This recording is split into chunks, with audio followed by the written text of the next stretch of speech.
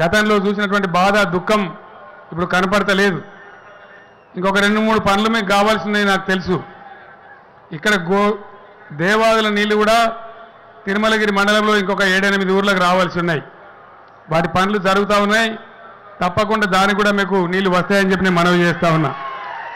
అదేవిధంగా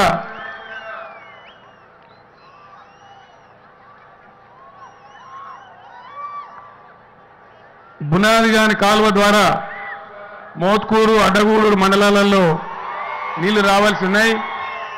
దాన్ని కూడా వెడల్పు చేస్తూ ఉన్నాం. వెడల్పు చేయడమే కాదు, కాళేశ్వరం ప్రాజెక్టులో భాగంగా ఉన్నటువంటి భువనగిరి దగ్గర నిర్మాణమైనటువంటి బస్వాపూర్ ప్రాజెక్టు కూడా దానికి అనుసంధానం అవుతూ ఉంది.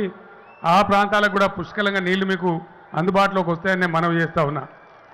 ఈ 3 పనులు జరిగితే బునాదిగాని కాలువ వెడల్పై బస్వాపూర్ ప్రాజెక్టుకు అనుసంధానం అయితే, అదేవిధంగా దేవాదుల నీళ్లు తిరుమలగిరిలో ఒక 7-8 గ్రామాలకు వస్తే సుమారు 2 లక్షల ఎకరాలకు తుంగతుర్తిలో బ్రహ్మాండంగా నీళ్లు పారుతాయని చెప్పి నేను మనవి చేస్తా ఉన్నా.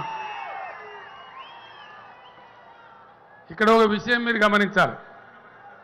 ఎన్నికలు రాగానే నానా రకాల వాళ్ళు నానా రకాల పద్ధతులలో వస్తారు. ఒక 2 విషయాలు మీకు నేను మనవి చేస్తాను. రాజకీయ పార్టీలు ప్రజలను ఏ దృక్కోణంలో చూడాలి, సమాజాన్ని ఏ కోణంలో చూడాలి, ఎట్లా అర్థం చేసుకోవాలి అనేది ప్రధానమైనటువంటి అంశం.